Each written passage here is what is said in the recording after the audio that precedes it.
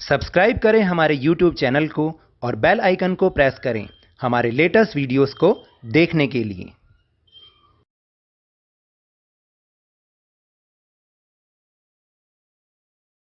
Hello and welcome to Lovneesh sir की क्लास। आज की ये शिक्षा निदेशालय राष्ट्रीय राजधानी क्षेत्र दिल्ली की वर्कशीट नंबर 37 जो कि कक्षा 7वीं के विद्यार्थियों के लिए है। यह ली गई है सामाजिक विज्ञान के इतिहास विषय से और इसमें हम समझ रहे हैं पाठ ईश्वर से अनुराग को। तो जैसा कि आपको ध्यान है कि पिछली वर्कशीट में हमने बहुत सारे संत कवियों के बारे में जाना था और आज भी उसमें हम उसी को ही कंटिन्यू करेंगे। जल्दी से शुरुआत करते हैं मेरे साथ और समझने की कोशिश करते हैं। प्यारे बच्चों, पिछले कार्यपत्रक में हमने कुछ संतों जैसे तुलसीदास जी, सूरदास जी, रविदास जी, दादू दयाल जी और मीरा जी के बारे में जाना।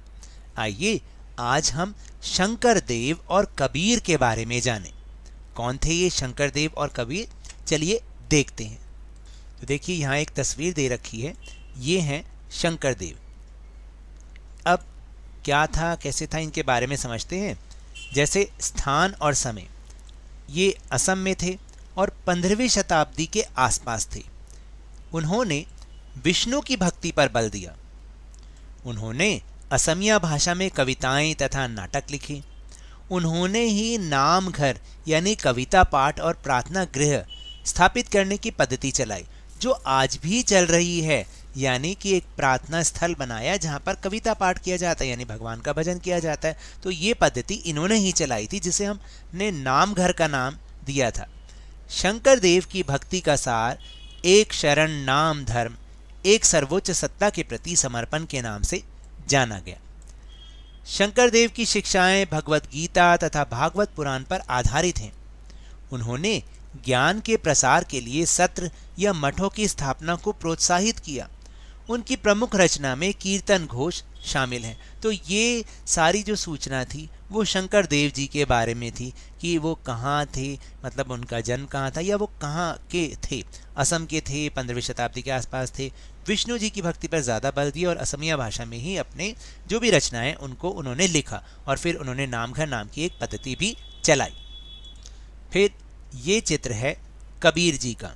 कबीर जिन्हें कौन नहीं जानता और उनके बहुत सारे दोहे हमने अपनी किताबों में ज़रूर पढ़े होंगे। अभी तो आप 7वीं क्लास में आ गए, शायद 6ठी में इनका नाम आपने ज़रूर सुना होगा। अगर क्लास में नहीं, स्कूल में नहीं, तो कहीं आसपास ज़रूर सुना होगा कबीर जी का नाम।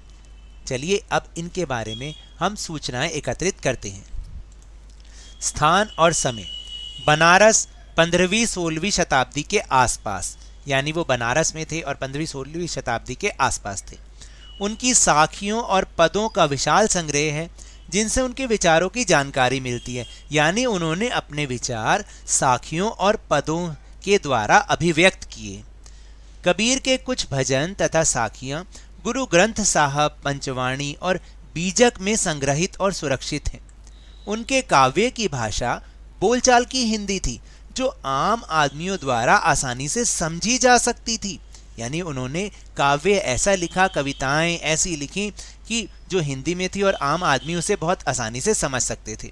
उन्होंने कभी कभी रहस्यमयी भाषा का भी प्रयोग किया जिसे समझना वाकई बहुत कठिन होता है।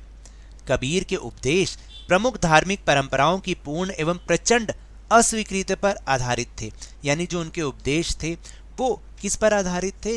वो जो एक प्राचीन धार्मिक परंपराएं होती थी या जो आडंबर होते थे, अभी हम आगे उनके बारे में बात भी करेंगे, उन सबको वो नहीं मानते थे, यानी उनके विचार इस पर आधारित थे। उनके उपदेशों में विभिन्न धर्मों की आडंबर पूर्ण पूजा के सभी रूपों का मजाक उड़ाया गया था, यानी जैसे पुराने लोग आडंबर पूर्ण तरीके से पूजा करते थे तो वो इन चीज़ों को नहीं मानते थे। कबीर निराकार परमेश्वर में विश्वास रखते थे। वो मानते थे कि ईश्वर का कोई आकार नहीं है, वो निराकार है। उन्होंने यह उपदेश दिया कि भक्ति के माध्यम से ही मोक्ष यानी मुक्ति प्राप्त हो सकती है और हिंदू तथा मुसलमान दोनों समुदाय के लोग ही उनके अनुयायी थे और ये सबसे अच्छी बात थी। भक्ति संतों का एक महत्वपूर्ण योगदान संगीत के विकास में भी था। बंगाल के जयदेव ने संस्कृत में गीत गोविंद की रचना की जिसमें हर गीत एक विशेष राग और ताल में रचित है। संगीत पर इन संतों का एक महत्वपूर्ण प्रभाव भजन कीर्तन आदि का प्रयोग था, यानी ये संगीत के रूप में भजन कीर्तन आदि गाया करते थे। इन गीतों ने जो मनोभावनात्मक अनुभवों पर बल देते हैं, जनमानस को ज्यादा आकर्षित किया, यानी संगीत के माध्यम से उस ईश्वर को प्राप्त करना। तो ये इन्होंने सिखाया और वाकई ही इनका जो संगीत है, अगर आप उन्हें सुनेंगे, आप उन्हें गाएंगे, तो हमें ऐसा लगता है कि वही ईश्वर को प्राप्त करने का एक रास्ता भी है। तो चलिए अब हम चलते हैं अपने प्रश्नोत्तर पर। तो देखिए, प्रश्नोत्तर करने से पहले एक गतिविधि भी है कि कबीर जी के किसी एक दोहे को अपनी कक्षा के व्हाट्सएप ग्रुप में गाकर भेजें, और ये ऑडियो मैसेज हो सकता है। तो कबीर जी का कोई भी दोहा, मैंने यहाँ पर एक उनका बहुत ही फेमस दोहा लिखा है, यहाँ पर आपके लिए उसके लिए लिखा है, कहीं से इसका अरेंजमेंट किया है, तो आप इसको भी देख सकते हैं। कैसे होगा? ऐसी वाणी बोलिए मन का पाखोए, औरन को शीतल करे, आपहु शीतल हो, आपहु शीतल होए।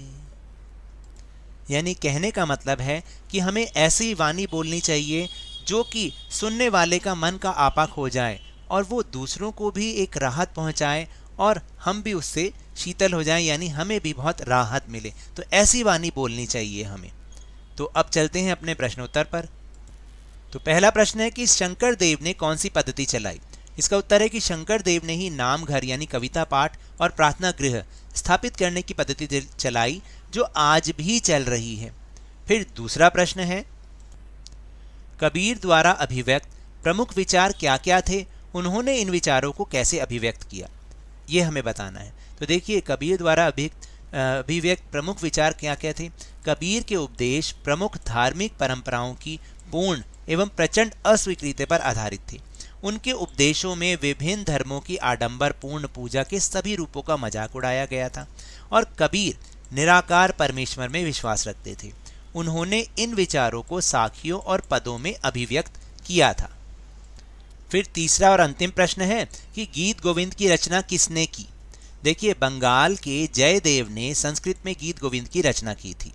अब आपको समझ में आया? तो ये तो थी आज की वर्कशीट। अगर मेरे इस तरह समझाने से आपको थोड़ा सा भी समझ में आया हो तो इस चैनल को ज़्यादा से ज़्यादा सब्सक्राइब कीजिए, लाइक कीजिए और बहुत ज़्यादा शेयर भी कीजिए। और हाँ, मेरे साथ इसी तरह आसानी से वर्कशीट को समझते रहिए, लेकिन ध्यान और मन लगाकर पूरी मेहनत और लगन के साथ ऑनलाइन ही सही पढ़ते जरूर रहिए। और अगर आपको कोरोना वायरस को हराना है तो मास्क अवश्य लगा के रखिए और जब भी संभव हो और जब भी उपलब्ध हो इसका टीकाकरण अवश्य कराएं, क्योंकि कोरोना को हराना है और जिंदगी को एक बार फिर से सुहाना बनाना है। इसी उम्मीद के साथ बहुत बहुत धन्यवाद।